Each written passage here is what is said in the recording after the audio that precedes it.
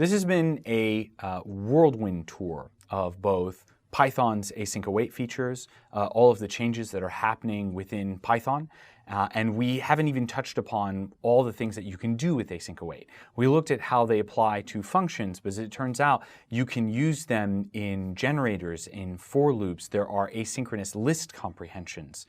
And we then have seen, that this is going to begin to have an effect on web frameworks. And that makes a lot of sense, right? The asynchronous Python features, async await, make a whole lot of sense for any sort of system that deals with I/O, right? That is why the module that was introduced into Python was named the way it is. It's not for CPU-bound work. It really is about solving the problem of having I/O that is taking a while to come back. So this is perfect for web applications. Now, we've seen that Starlet has done a whole host of very interesting work, and again, it's not the only one. And there's a whole host of other web frameworks out there and tools that have begun to dive into this and really be very interesting, really kind of push the boundaries. What does this mean for Django? Is Django going to continue to be synchronous, or does it move into an asynchronous world? How do you port over, I believe, around 160,000 lines of Python into an asynchronous world? And is it worth it? Do we say that Django really is the HTTP library? And one of the key questions is, should you have an asynchronous library or an asynchronous framework and a synchronous framework? And should you have your framework handle both HTTP and WebSockets? Those are two very different protocols. Maybe it makes sense for your infrastructure to have a set of servers that run HTTP and a set of servers that run WebSockets.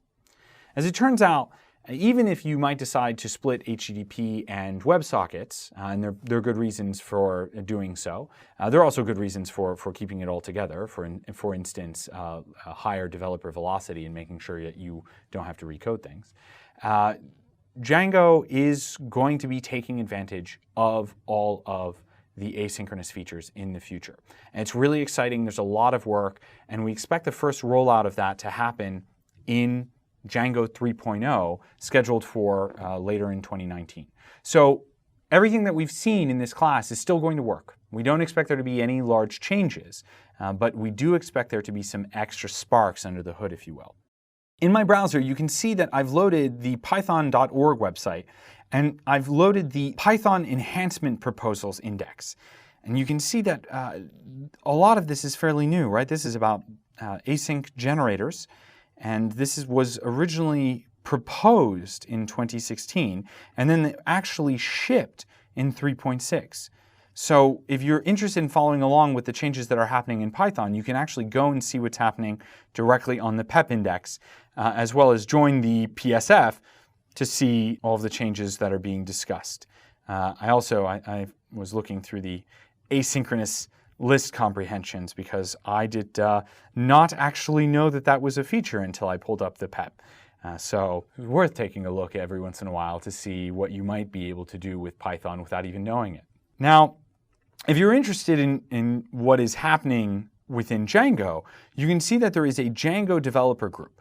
Now, this is not for people who develop with Django. This is about developing Django itself. If you're interested in a mailing list that allows you to talk to other people who are using Django for web applications, I would refer you to the Django user list.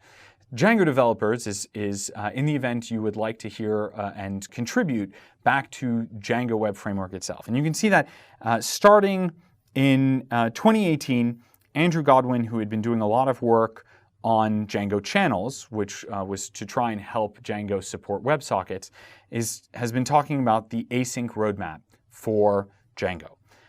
He then went ahead and proposed a Django enhancement proposal, and this is the original thread about it, and you can see a whole host of people have weighed in.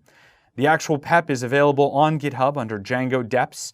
You can see this is Andrew Godwin's Django enhancement proposal number 9, and it is a fascinating read. So if you are interested in what is going to be happening on this front and all of the things that we are going to be doing, this is the place to start.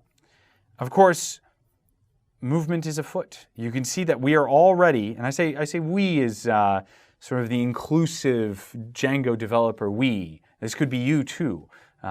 So come join us.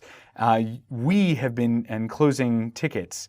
So I believe that here you can see Andrew has already jumped into adding ASGI support for Django, and that this was opened a mere 4 months ago, and 2 months later closed. So in the next version of Django, not only will Django be able to support the web server gateway interface, we will also have support for the asynchronous gateway interface.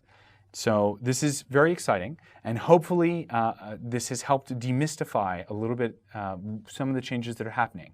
Hopefully by the end of this course, you've seen that there are a whole host of other web frameworks, and that they can help supplement Django where Django doesn't actually solve the right problem. But that Django is going to be changing, and it is going to be taking advantage of the changes that has happened within Python. So hopefully, after the last 2 lessons, you have a better feeling for when to use Django, when not to use Django, and when to supplement Django with other tools to help it work better in the context of your application.